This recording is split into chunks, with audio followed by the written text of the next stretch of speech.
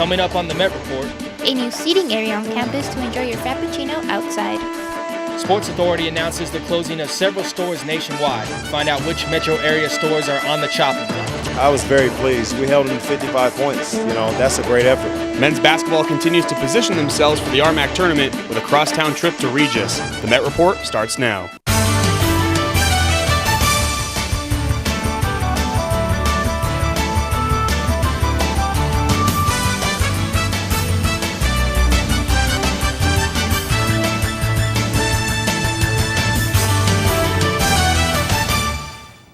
Good afternoon, I'm Jhocelyn Avendaño. And I'm John Madden. Homecoming week came to Auraria campus on Monday. Students were able to express their talent, show off their artistic skills, and interact with one another with plenty of activities throughout the week. Homecoming week is finally here and students couldn't be more excited and involved. Homecoming week started off on Monday, February 15th. It's celebrated due to the homecoming basketball game. First activity students were able to attend was in the Tivoli Multicultural Lounge. Here students were able to get hot cocoa before and after classes. And Tuesday was the one and only famous lip sync competition. Students were able to sign up in advance or stop on by, showing us their very unique and entertaining dance moves. And Justin Bieber himself, also known as Alfredo, was able to tell us a little something on how the whole lip sync competition came to be. Yeah, so it first started off as a homecoming event. The difficulty came where people were signing up, so we were kind of scared not enough people were going to sign up. So we did have a lot of last minute signups.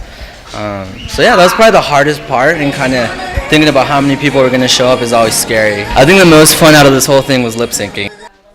On Wednesday, students were able to interact with one another while creating their very own tie-dye t-shirts inside the Tivoli Multicultural Lounge starting at 11:30. Homecoming week was a success and they hope to have more of these events in the future. For the Met Report, Andrea Herrera. Students can feel more secure on campus by signing up to receive RAVE alerts.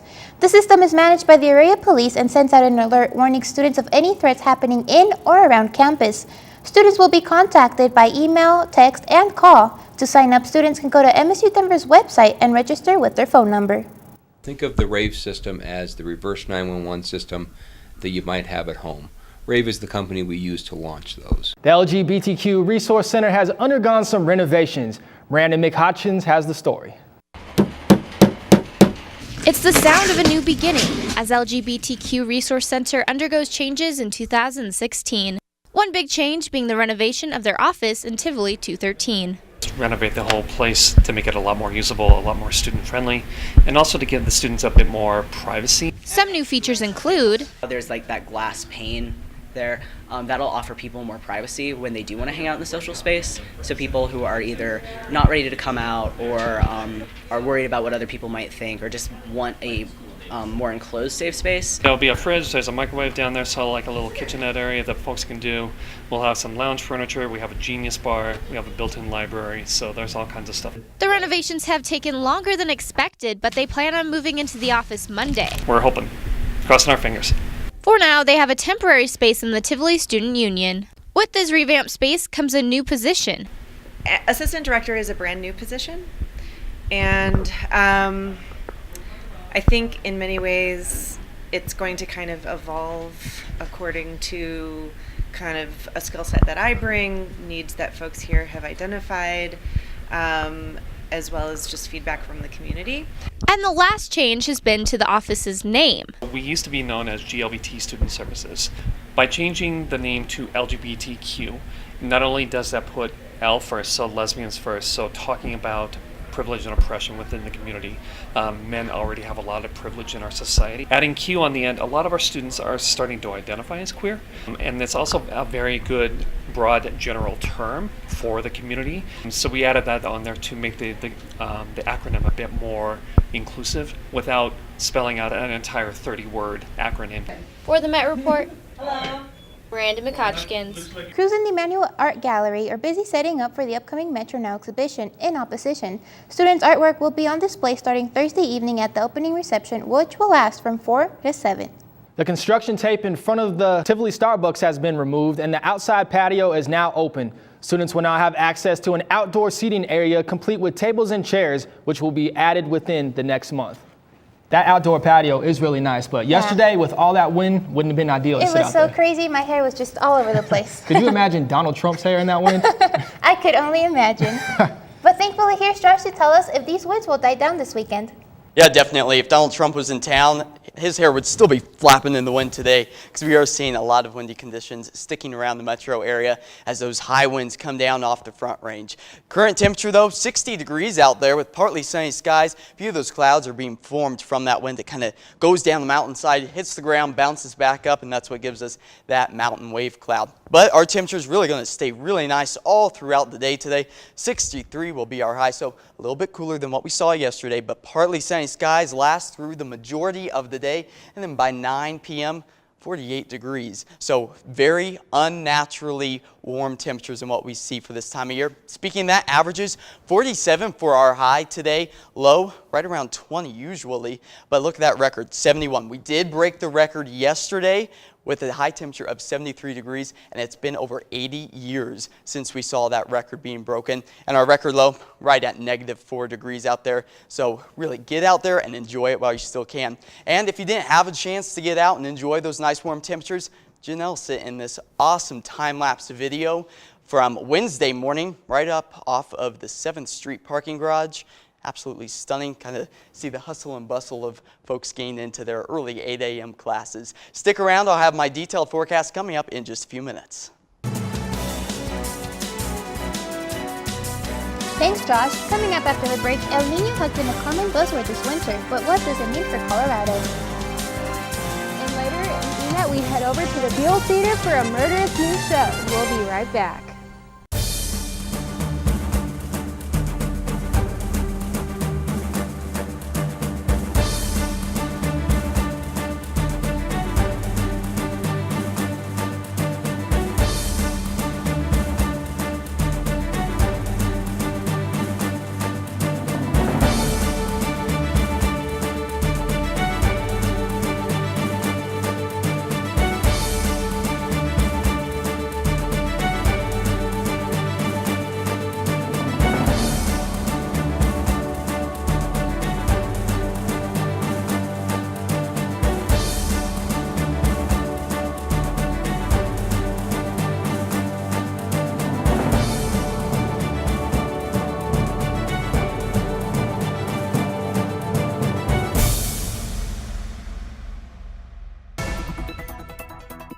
Watch our Spanish newscast Noticiero TV every Friday at 10:30 a.m.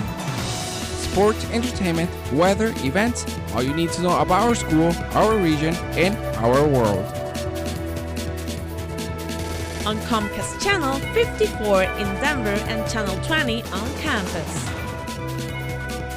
Noticiero TV Met, the student's voice of MSU Denver in Spanish.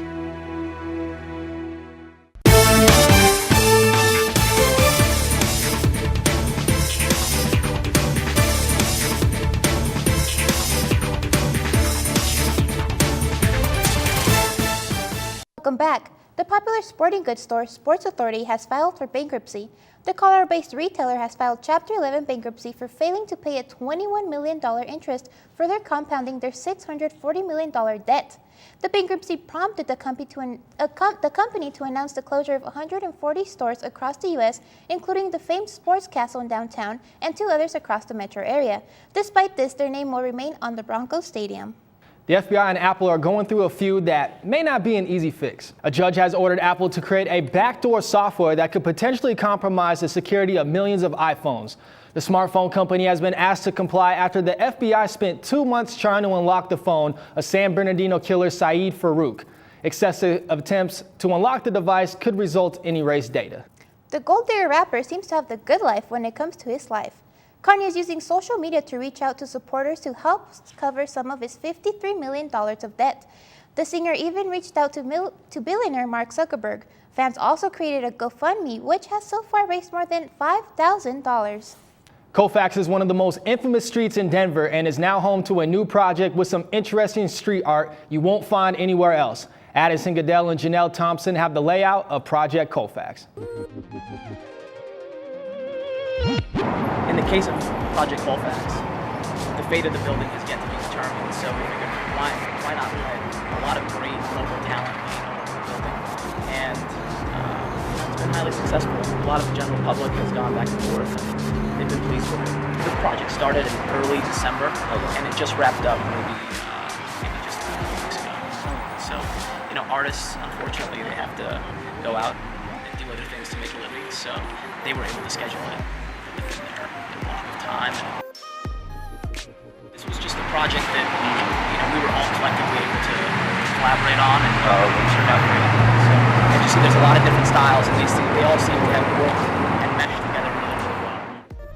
One thing the general public doesn't really know is that Denver and Boulder are really the home of some of the best graffiti artists in the world, not just America, but literally the world. We're fortunate to have some of them being right here, Project Colfax.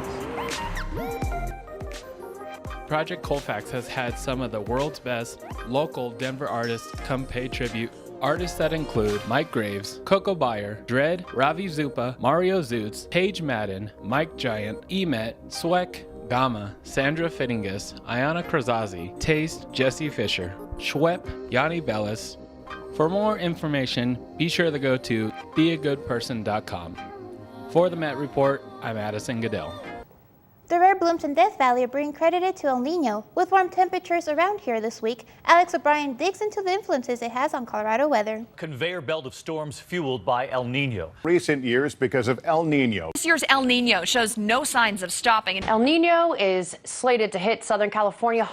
El Nino, a term we have all become familiar with, but what does it mean for Colorado? We kind of think El Nino weather in the middle of winter is kind of boring. Metro State professor Dr. Wagner explains the science behind this weather phenomenon. El Nino is a weather pattern that really originates from a pattern of very warm waters off the coast of South America near Peru. El Nino occurs somewhere between 3 to 7 years, somewhat irregular. A really strong El Nino like we have now, probably every 20 to 30 years, although we've had 3 of these in the last 30 years.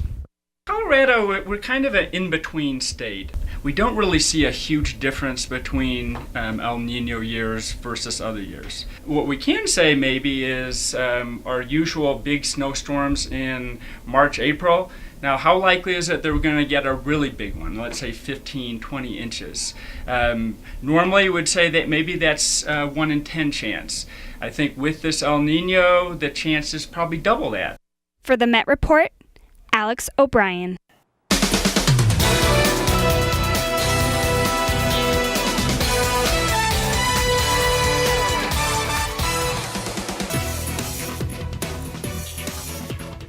El Nino is definitely affecting Colorado weather, especially with how warm we've been the past couple of days.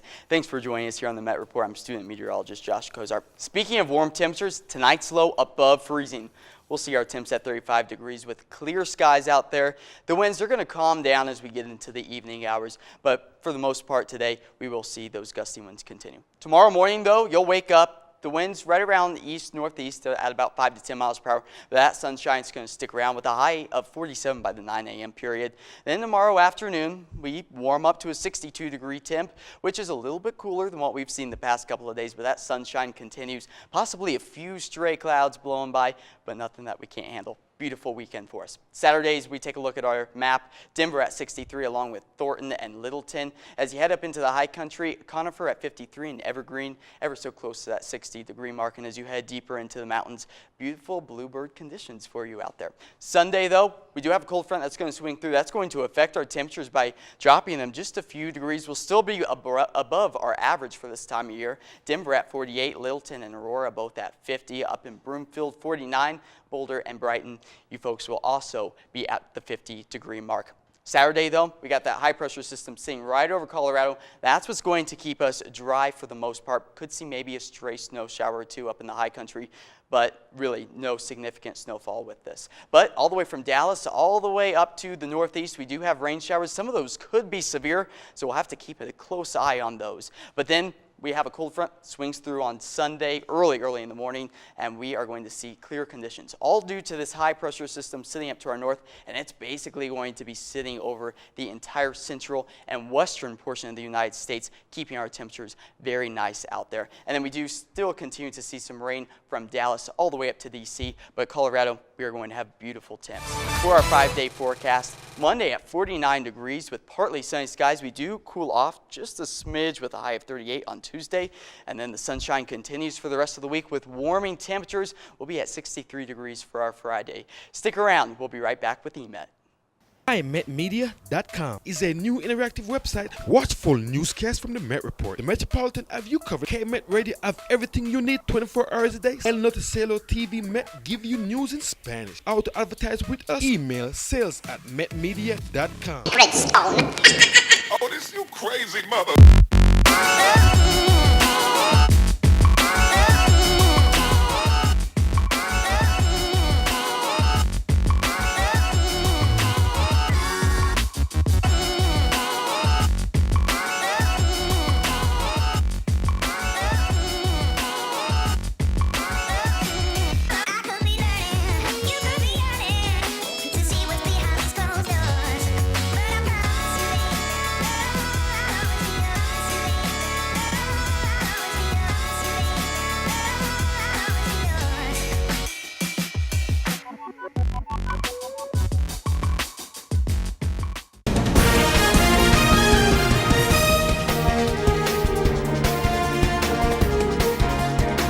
Now joining us for EMET is Karysma Hicks. Happy Friday! I'm Karysma Hicks. This week we were the Grammys and I have your full coverage coming up. But first, let me serve up this week's EMET Top 5.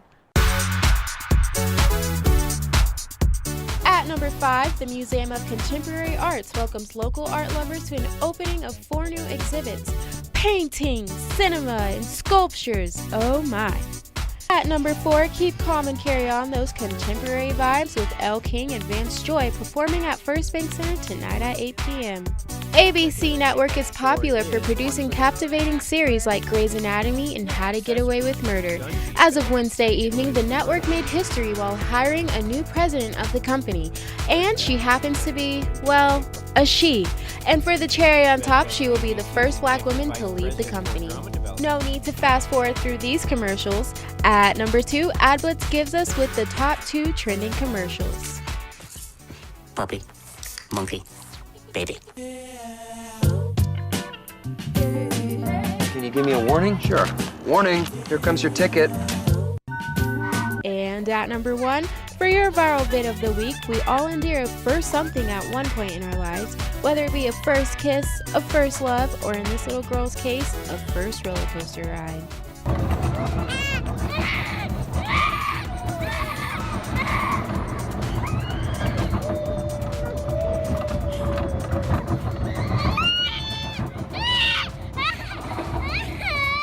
That little girl's face is my same reaction when I wake up every day and realize that my neighbor is not as hot as Ryan Reynolds. Speaking of hot, Kendrick Lamar's Grammys performance was fuego.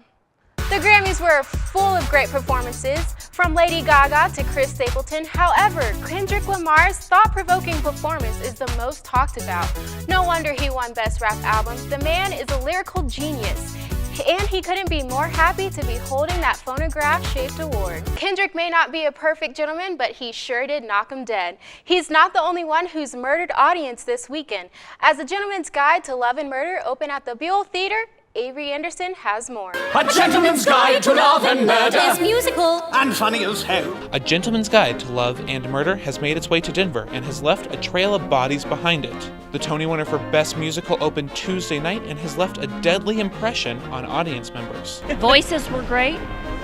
The humor was great. It was wonderful. The show was set in London in 1909, centered on the Dysquith family. We follow the seemingly innocent Monty Navarro as he murders his fellow family members in order to gain his rightful place on the family tree. Audience members may be shocked to see such a strong family resemblance among the Dysquith clan. That's because one actor plays the entire family. Out of all the sights and sounds of the evening, the show-stopping number I've Decided to Marry You stole the show.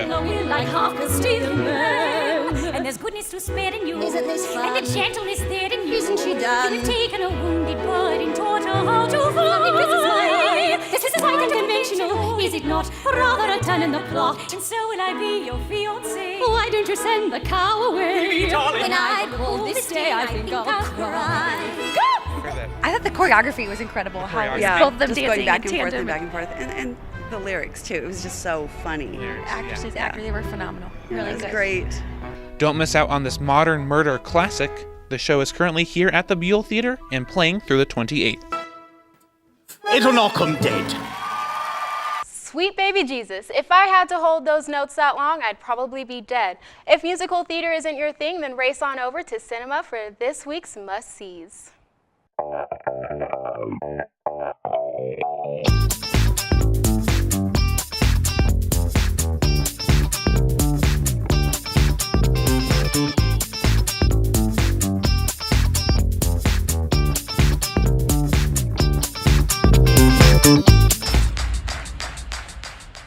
Some of the best movies are about great legendary stories of people who made a difference. In the wake of tyranny and oppression, Jesse Owens was the first African American athlete to win 4 gold medals in track and field during the 1936 Berlin Olympic Games. Race comes to theaters this weekend starring Stephen James and Jason Sudeikis in a serious role. Free.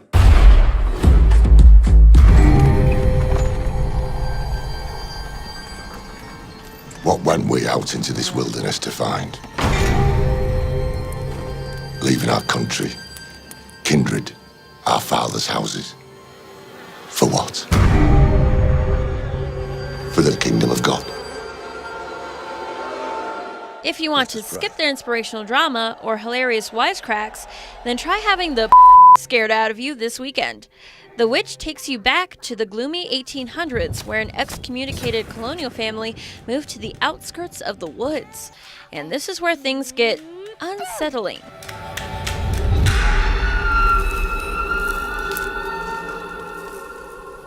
Recent reviews have claimed The Witch is one of the most disturbing horror films to come out so far. Let us leave the wood.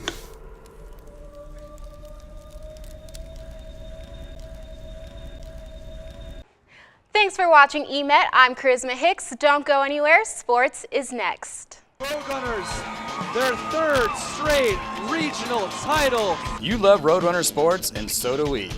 From high-flying Metro State action to in-depth interviews with coaches, players, and staff, the Roadrunner Review is here to keep you up to date with everything that is Metro State sports. Yeah, there we go. Check us out on Altitude Sports and Entertainment, Comcast CET, and at GoMetroState.com to follow your Roadrunners all season long. Roadrunners with our impressive comeback. So tune in and get rowdy.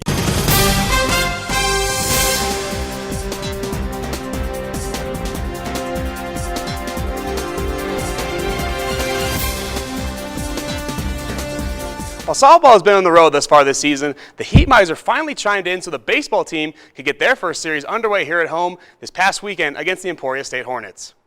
The Hornets took the first 2 games of the series by a combined score of 20-6, so the Roadrunners needed Javi Vega to have a great game on the mound and for the offense to come to life against the Hornets pitching, and they did quickly. First and third for Hunter Donaldson in the first innings, and the Fort Collins native gives this a good knock to left center to give MSU Denver the early 1-0 lead. Second inning now with the bases loaded, and Eichelberry plunks Maloney. A run as easy as they come via the walk, 2-0 Roadrunners. Next batter is Post with the bases loaded, and cue the play-by-play. This one's hit hard. This one might do it. Adele's not going to like that ball because that ball says goodbye. Home run. Grand salami there for Andrew Post, and this one is big top, 6-0. 6-0 runners all the way to the 7th inning, and the Hornets strike back. Derek Francis lays down the law with this swing to get the Hornets on the board, 6-1 MSU Denver. Vega goes 7 strong innings and 7 strikeouts. 8th inning now with a man on, and BJ Dean makes this one even more interesting with 1 swing. It goes over the fence in left field, and the Hornets are within 3. After a 2 RBI double in the 9th, to make it 6-5 and third baseman Trent Maloney on the mound, it's Kohler up to bat with a tying run on third, and Maloney strikes him out. The Roadrunners survive the Hornets rally to take the series finale against Emporia State and get their first win of the 2016 season.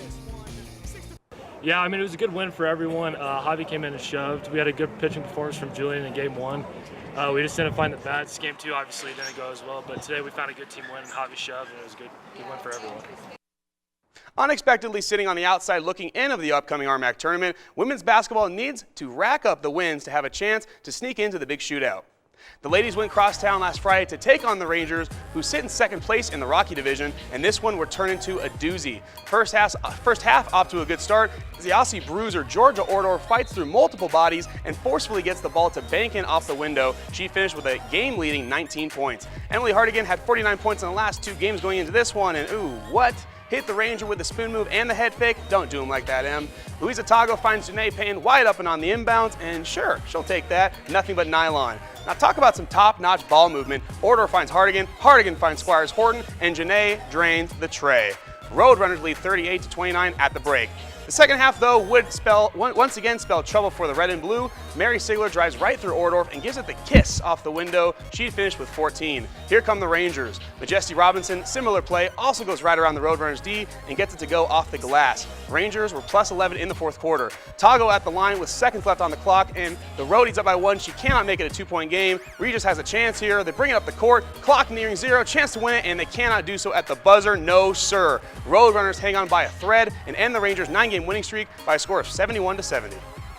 We just wanted to beat them because they're Regis and like they're our crosstown rivals, so we came out with a lot of fire tonight, and it's like do or die for us now as well, so I think that just really spurred us on, and yeah.